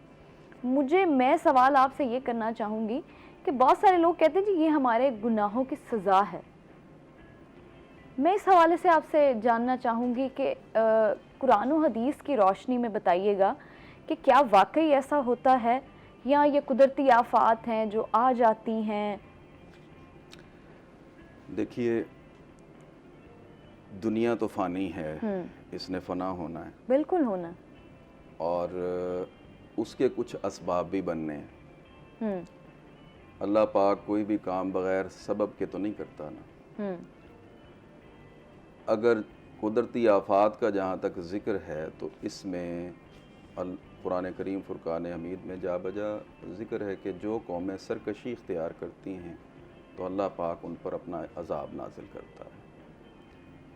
और उसकी पूरा कुरान जो है वो यही हमें सिखाता है, बताता है। जितने भी वाक़यात हिस्ट्री के अंदर मौजूद हैं उनका ज़िक्र किया है। तो लेकिन अलामा साहब, फिर ये भी तो बात है ना कि अल्लाह ने कहा है कि मैं गुनाहों की सज़ा जो है वो तो क़यामत के रोज़ दूंगा। क़यामत के रोज़ जजमेंट डे है। अल्लाह का जो यौम महशर के हवाले से जो लिखा गया ना, मालिकी यौमिद्दीन, उस पर तो सबकी जज़ा और सज़ा होगी, वो है। कुछ लोगों को इसी दुनिया में सज़ा दे दी जाती है। क्यों? ताकि आगे साफ सुथरे होके जाएं, अल्लाह के करीब होते हैं। अल्लाह के करीब होने के लिए उनको इसी दुनिया में सज़ा दे दी जाती है। फिर तो सब सज़ाएं मांग ले अपनी इसी दुनिया में। तो बेशुमार लोगों ने, जो ऐसी हस्तियां थी, हज़रत इब्राहीम कंदूसी रहमतुल्लाह अलैह का वाक़या, हज़रत ख्वाजा मोइनुद्दीन चिश्ती अजमेरी रहमतुल्लाह अलैह अभी बचपने में थे तो इनका एक बाग़ था जिसकी ये खिदमत किया करते थे। तो ये अपने बाग़ में उसकी देखभाल के लिए गए तो देखा कि एक शख्स बैठा है जिसके जिस्म की हालत जो है ना वो कोढ़ पर मबनी है। अच्छा। कोढ़ हुआ है उसके जिस्म, बड़ा खस्ता हालत में। तो आपने देखा तो उन्होंने पानी मांगा। आपने अपना ये अमल किया कि पानी के साथ अपने बाग की खजूरें भी दी कि शायद भूख भी लगी होगी तो ये खा लेंगे। तो उनके इस अमल से खुश होके हज़रत इब्राहीम कुंदूज़ी रहमतुल्लाह अलैह ने उनको सीने पे नज़र की, सीना रोशन कर दिया। जब सीना रोशन हुआ तो उन पर वो चीज़ें मुनकशिफ हो गईं, बातिन मुनकशिफ हो गया, हकीकत और मार्फत जो सामने आई। तो आप उनसे इक्तसाब फैज़ हासिल करना मज़ीद चाहा तो फरमाया कि तेरा नसीबा जो है वो हज़रत उस्मान हारूनी रहमतुल्लाह अलैह के पास है, तू उधर जाएगा। जब वहाँ से मुर्शिद से फैज़ पा के वापस आए ना तो उसी बाग में अब उन्हीं को पाया उस वक्त जो है वो इतने खूबसूरत और हसीनो जमील नज़र आ रहे थे, कोई वो नहीं। तो उन्होंने पूछा कि ये आपकी हालत तो ऐसी थी पहले, अब ये कैसे हुआ? क्या हो गया? आपने फरमाया कि मैंने अल्लाह की बारगाह में ये दुआ की थी कि जो भी मुझे अजाब आना है ना इसी दुनिया में आप अता फरमा दीजिए, आगे मुझे साफ सुथरा आगे करके मुझे ले साफ सुथरा जाना। अब मेरा वक्त अखीर है, अब मैं अपनी उससे निजात हासिल क्या कर रहा बात। हूँ, तो इस वजह से ये मेरे साथ मामला है। एक ब्रेक पे जाएंगे, ब्रेक के बाद वापस आएंगे, आप हमारे साथ रहिएगा।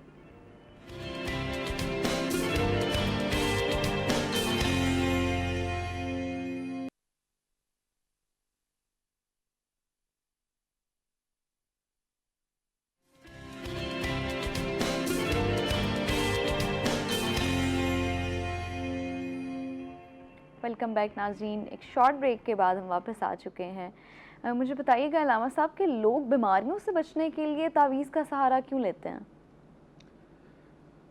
मैंने पहले अर्ज़ की कि बंदे का वजूद जो है ना वो मुरक्कब है, ज़ाहिर और उसका बातिन।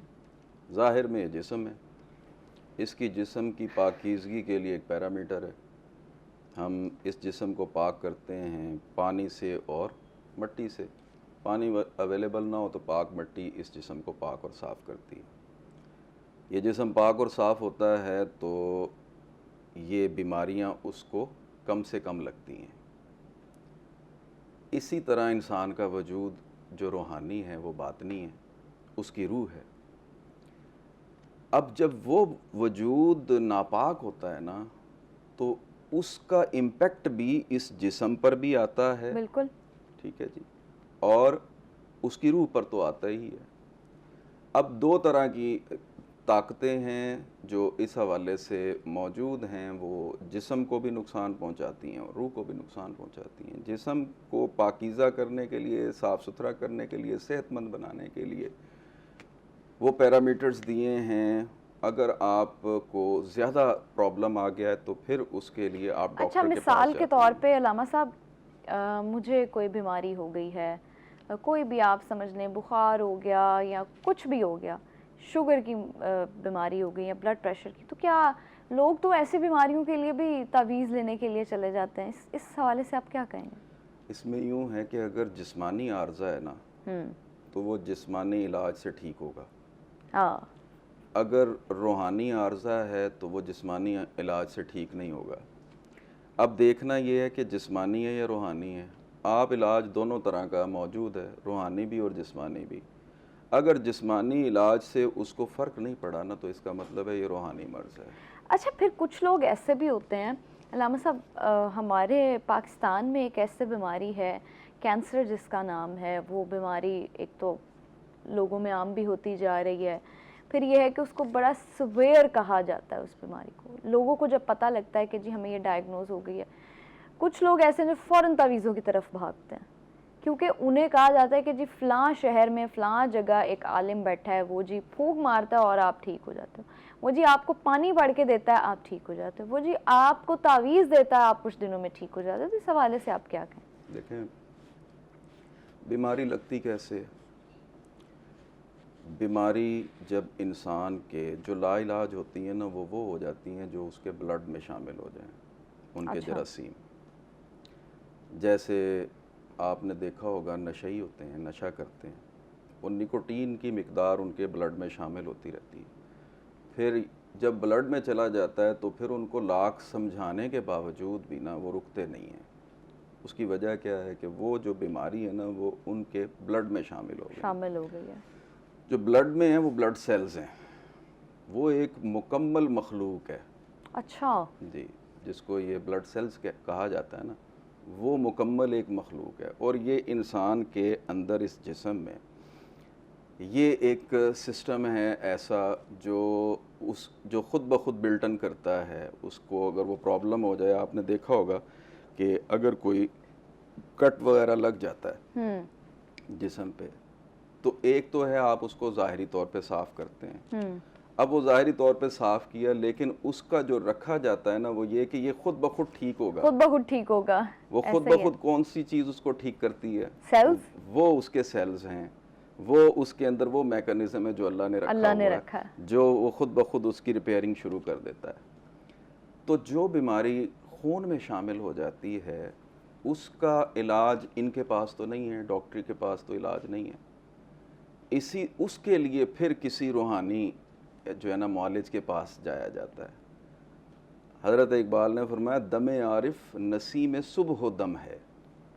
जो आरिफ का दम है ना, जो उसका सांस है, वो उसको उन्होंने दिए, वो किसके मिसाल है कि नसीम सुबह दम है। सुबह की जो हवा होती है उसमें बड़ी ताकत है, उसमें पाकीज़गी है, उसमें तरावट है, उसमें सेहत है। फरमाया दम आरिफ नसीम सुबह दम है, इसी सिरे शय माना में नम है। अगर कोई शोएब आए मयस्सर, शबानी से कलीमी 2 कदम है। तो वो जो आरिफ है ना, ऐसा जो अल्लाह का दोस्त है, वली कामिल है, उसके सोहबत में अगर जाता है ना, तो जिस तरह एक नारी ताकत है ना, वो अगर वो उसमें बैठता है तो उसके असरात उस पर आते हैं। इसी तरह जो नूरी ताकत के हामिल लोग होते हैं उनकी सोहबत में बैठने उनके से असरात भी आते उनके हैं। असरात आते हैं। अच्छा लामा साहब, बच्चों को नजर बद से बचाने के लिए भी बहुत सारे तावीज़ लिए जाते हैं कि कहते हैं जी बच्चा पैदा हुआ है तो इसको जी फ़लाँ की नज़र लगी, फ़लाँ की लग गई, माँ की अपनी भी नज़र लग जाती है। नज़र तो बरहक है, वो कोई प्यार से भी आपको देखे तो लग सकती है, लेकिन जो बच्चों को नज़र बद के नाम पे तावीज़ पहनाए जाते हैं, क्या वो ठीक है? देखिए, नज़र बद के आपको जब आप बीमार होंगे तो आपको इलाज करवाना पड़ेगा ना। अगर नहीं करवाएंगे तो क्या होगा? बीमारी मुस्तकिल बढ़ बीमारी जाएगी। रहेंगे।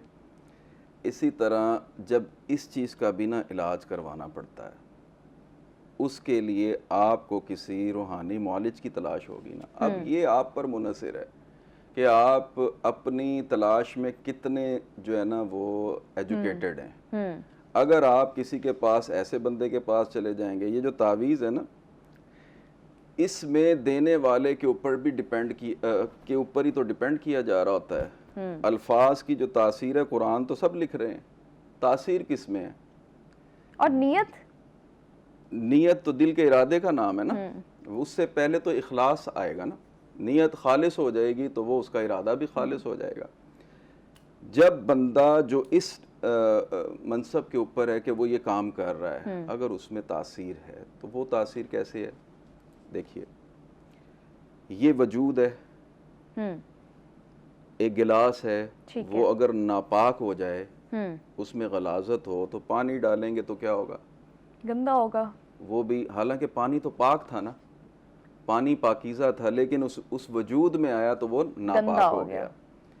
अब उसको अपना वजूद बरकरार रखने के लिए क्या है कि पहले उस जिस्म को पाक करे ना। जब वो जिस्म, वो वजूद, वो गिलास पाक हो जाएगा तो फिर पानी डालेंगे तो आपके लिए सेहतमंद भी होगा और आपको फ़ायदा भी देगा। ऐसा ही है। इसी तरह से जो ये काम करते हैं ना, उनके लिए पहले ज़रूरी है कि पहले वो अपने आप को पाक करें। हर एक का काम नहीं है कि वो ये काम करे। आजकल वो इसी वजह से तो ज़्यादा मसाइल हैं, और आप देख भी रहे हैं सोशल मीडिया के थ्रू भी, और वैसे भी अखबारात में भी आए रोज़ इस तरह की ख़बरें आती हैं। उसकी वजह क्या है? उसकी वजह ये है कि नाकिस लोग बैठे हैं जो इस के अहल नहीं हैं। जब उनके पास लोग पहुँचते हैं ना, तो फिर जो उनके अंदर है वही गलाजत भरी हुई है, वही देते हैं, तो उससे फ़ायदा भी नहीं होता। अब जब जो ऐसे हैं ना, जो पाकीज़ा हैं, जिनके वजूद पाक हैं, नफ्स मुतमइन्ना वाले जिनका जिक्र है कुरान पाक में, जब उनके पास जाते हैं ना, तो वो आपका, जिस तरह डॉक्टर के पास जाते हैं वो आपको दवाई देता है तो वो असरअंदाज होती है, तो शिफा कौन देता है? अल्लाह देता है। इसी तरह जो रूहानी के पास आते हैं ना, लोगों का तो सिर्फ एक बहाना बनना होता है, एक वसीला बनता है और लोगों को शिफा मिल जाती है। तो ये तो सारी अल्लाह की कुदरत है। अल्लामा साहब, अब अभी नज़र की बात हो रही थी तो मेरी इस बात से मेरे जहन में ये बात आई कि कुछ लोगों का कहा जाता है कि कुछ लोगों का खून बड़ा हल्का है जी, इसको बड़ी जल्दी नज़र लग जाती है।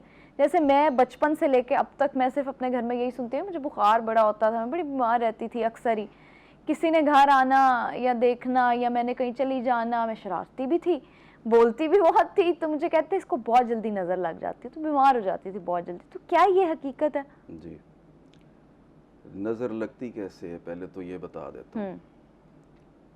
वो जो मैं पहले बात कर रहा था उसी को कंटिन्यू करूँगा तो ये इसका जवाब ठीक है। आएगा। जब वजूद पाक हो जाएगा ना, इंसान के अंदर नूर होगा तो वो उसकी बॉडी से, उसके जिस्म से भी रिफ्लेक्ट करता है, यहाँ तक कि उसकी निगाह भी पाक होगी। वो नूर जब उसकी आँखों में आएगा ना, तो वो आँखों को जिस चीज़ के ऊपर भी कंसंट्रेट करेगा ना, तो वो उसकी आँखों के ज़रिए उस जिस्म पर पड़ेगा, तो उसके असरात मरतब होंगे। ठीक है जी, एक कॉल ले लेते हैं। लामा साहब कॉलर हैं, लाइन पे वेट कर रहे हैं। अस्सलाम वालेकुम। वालेकुम अस्सलाम। जी, क्या नाम है आपका? मैं दुरिया नूर बात कर रही हूँ मुल्तान से। जी, क्या कहना चाहती हैं, क्या सवाल है आपका? मैं अलामा साहब से सवाल करना चाहती हूँ। बहुत अच्छी गुफ्तगू बयान कर रहे हैं, और मेरा ये सवाल था कि रूहानी इलाज के बारे में आप बयान फरमा रहे थे, इसको थोड़ा सा एलेबोरेट करेंगे? ठीक है जी, बहुत शुक्रिया आपकी कॉल का। जी, रूहान के हवाले से बात आई है। अच्छा सर, रूहानियत भी जानते हैं, और जो मेरा सवाल है मैं उसका भी जवाब लेना चाहूँगी, लेकिन एक वक्फे के बाद एक शॉर्ट ब्रेक पे जाते हैं। आप हमारे साथ रहिएगा।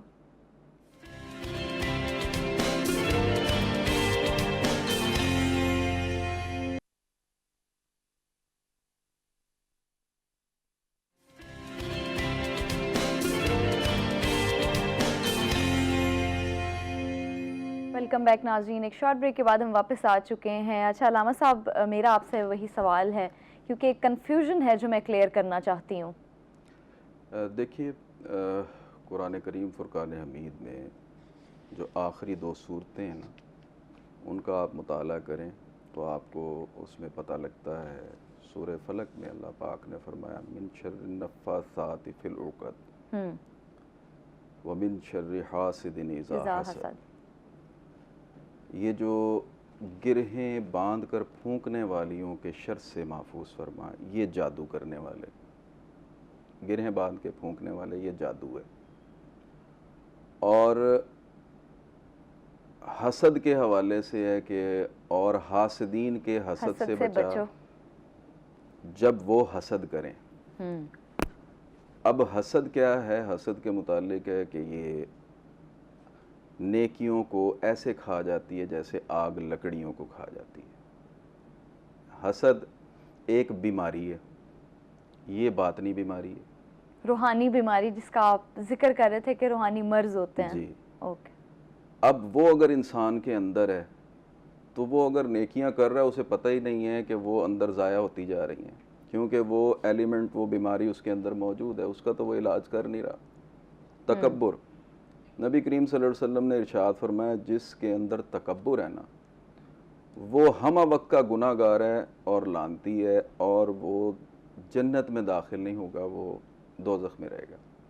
अच्छा, अब तकब्बुर भी बीमारी है, वो इंसान के अंदर है। 2 चीज़ें थी शैतान जिसकी वजह से लईन हुआ, एक वो तकब्बुर हमारे अंदर भी हैं। और एक हसद। और जब इन शैतानी वजूद हमारे अंदर मौजूद है तो वो चीज़ें भी हमारे अंदर आएंगी। तकब्बुर को आप कैसे बयान करते हैं?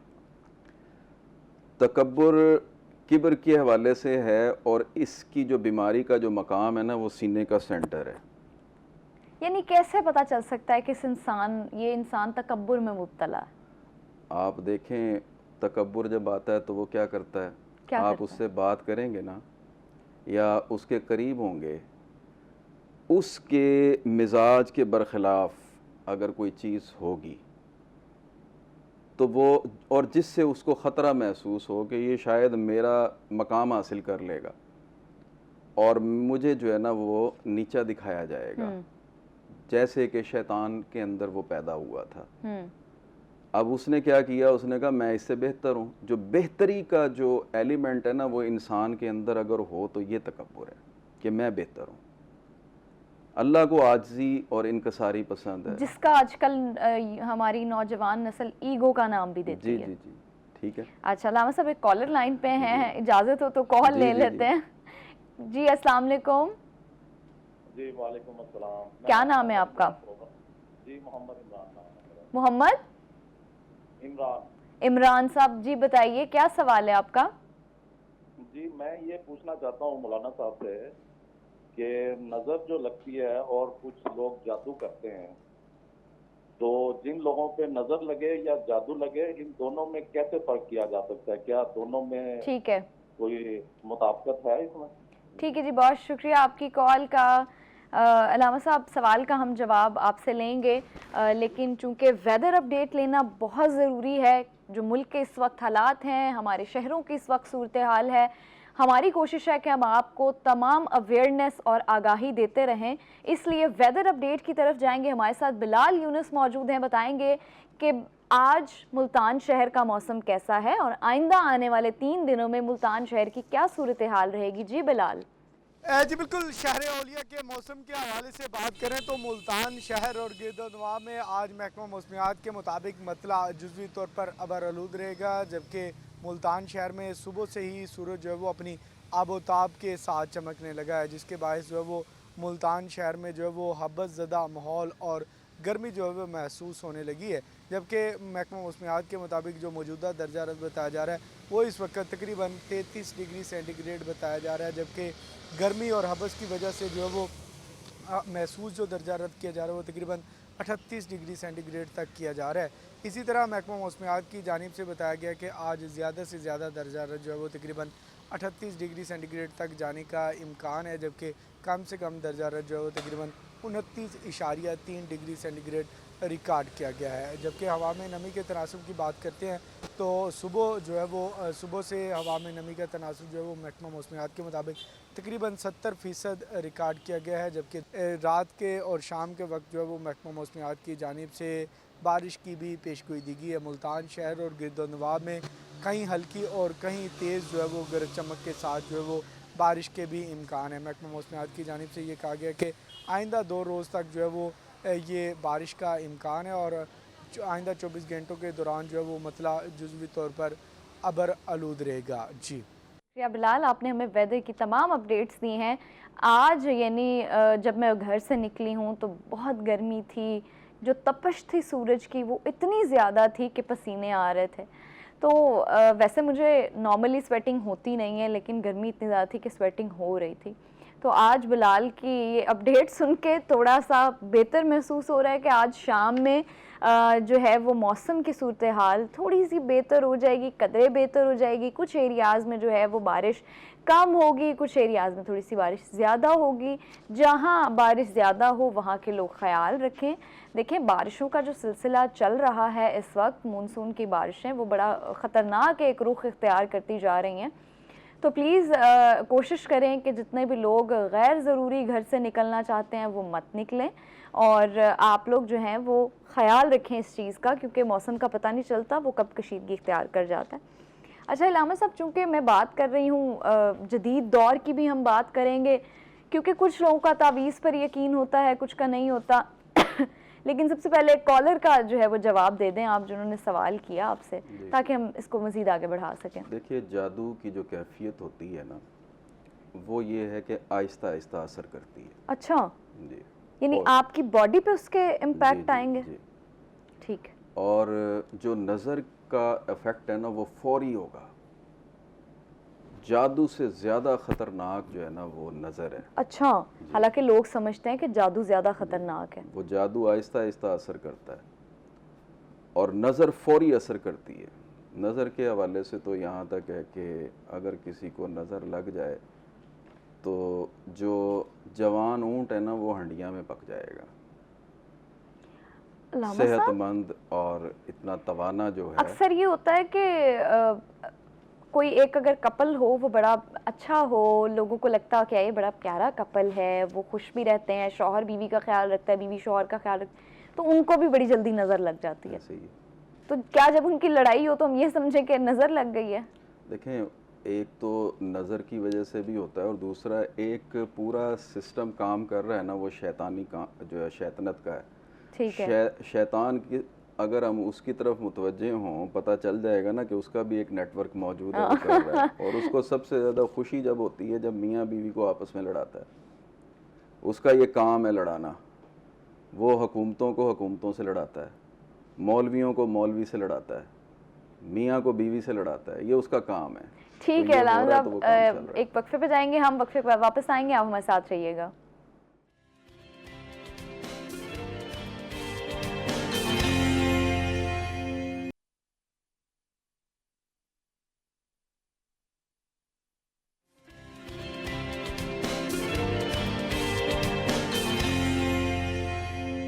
वेलकम बैक नाज़रीन। एक शॉर्ट ब्रेक के बाद हम वापस आ चुके हैं। लामा साहब, आपने बड़े अच्छे से एक डिफरेंस बता दिया जादू और नज़र बद के बीच में, तो मुझे अब इसका इलाज भी बता दें ताकि जो लोग हमें देख रहे हैं उन तक एक मुकम्मल मालूमात चली जाए। जी, देखिए, जादू के हवाले से नबी करीम सल्लल्लाहु अलैहि वसल्लम ने जो उम्मत को तोहफ़ा अता फरमाया है ना, वो मुअव्विज़ात हैं। जो आखिरी 2 सूरतें हैं ना, सूरह फलक और सूरह नास, ठीक है, ये अल्लाह पाक ने आका के तुफ़ैल इस उम्मत को तोहफ़ा अता फरमाया है। वो जादू का बेहतरीन इलाज है और इसका ज़िक्र है। वक्त चूँकि कम है इसलिए डिटेल में नहीं जाता। ठीक है। और जो नज़र का के हवाले से जो इलाज है, नज़र का इलाज ये है कि ज़्यादा से ज़्यादा ज़िक्र में मसरूफ़ रहे। ठीक है। हज़रत बायज़ीद बुस्तामी रहमतुल्लाह अलैह, आप नमाज़ पढ़ते तो शैतान दूर खड़ा देखता हंसता रहता और ये कहता तेरा दिल तो मेरे हाथ में है ना, जब जी चाहूँगा मोड़ लूँगा, इसलिए इतना तरद्दुद ना करता। लेकिन जब आप ज़िक्र करते तो वो करीब आता और सताता। एक दिन गुस्सा आया और आपने डंडा उठाया और शैतान के पीछे भागे कि आज इसको ख़त्म करता हूँ। तो आवाज़ आई, ए बायज़ीद, ये डंडों से नहीं मरता, ये अल्लाह के ज़िक्र से मरता है, तो इतना ज़िक्र कर। आपको बात समझ आ गई, आप वापस आए और ज़िक्र करना शुरू किया। इतना ज़िक्र किया, इतना ज़िक्र किया कि नूरुन अला नूर हो गए। और आपके ज़िक्र की कैफियत का ये आलम था और उसके असरात का ये आलम था कि शहर बुस्ताम के अंदर जादूगर जो थे वो शहर छोड़ के चले गए कि हमारा अब जादू इस शहर के ऊपर जो है ना वो असर नहीं करता। तो देखिए हमारे अकाबरीन का जो है ना ये तरीका रहा। अल्लाह के ज़िक्र में कितनी ताकत। वला ज़िक्रुल्लाह अकबर, अल्लाह का ज़िक्र सबसे बड़ा। लामा साहब, अभी आप ज़िक्र की बात कर रहे हैं तो इसलिए मैं आपको बीच में पूछना चाह रही हूँ, मेरा ज़ाती सवाल है कि क्या ये चीज़ यकीन पर भी मुश्तमिल होती है कि मैं अगर, मुझे ऐसा लगता है, मैं जब आयतुल कुर्सी पढ़ती हूँ तो मुझे लगता है कि नहीं अब मुझे कुछ नहीं हो सकता, मैं जब ये सोच लेती हूँ तो मुझे नहीं होता। देखिए, यकीन सबसे बुनियादी चीज़ है और अल्लाह पाक ने फरमाया मैं अपने बंदे के गुमान के साथ हूँ, बेशक, जैसा वो मेरे साथ गुमान करता है। उसके साथ साथ कुरान पाक से ज़िक्र से ज़िक्र की जो है ना वो तरतील से या ज़िक्र करने से क्या हासिल होता है। जैसे पानी पानी से टकराता है ना तो बिजली बनती है, लोहा लोहे से टकराता है तो चिंगारी उठती है, बादल बादल से टकराते हैं तो बिजली बनती है। इसी तरह कुरान पाक की आयात की जब तकरार की जाती है ना तो उससे नूर बनता है। ये सूफिया, अब चूंकि पूरा कुरान है ना ये तफसील के साथ है और ज़िक्र मुजम्मल क्या है कि पूरे कुरान का जो मग़ज़ है, जो निचोड़ है, वो इसमें अल्लाह है। बेशक, इसी इसम में पूरा कुरान बांधा है। इसलिए सूफिया क्या करते हैं, वो इसमें अल्लाह की तकरार करते हैं, तन्हाई में तखलिये में रह के वो ज़िक्र करते हैं। उस ज़िक्र के ज़रिए से वो नूर जनरेट होता है। एक तस्बीह के ज़रिए हम ज़िक्र करते हैं, वो तस्बीह क्यों करते हैं, वो उसकी टिक टिक के ऊपर अल्लाह अल्लाह मिलाते हैं। उसकी टिक टिक की रगड़ से जब हम अल्लाह अल्लाह पढ़ते हैं ना तो उससे नूर बनता है। अब वो तस्बीह है बाहर की, पत्थर की तस्बीह है, ये मिट्टी से बनी है, इसका जो फ़ायदा होगा ना वो इस मिट्टी के वजूद को होगा, वो जिस्म है, इस तस्बीह से इस जिस्म को फ़ायदा होगा। ये तस्बीह अब रूह को नहीं पाक कर सकती, रूह को पाक करने की एक और तस्बीह है, वो इंसान के दिल के अंदर मौजूद है।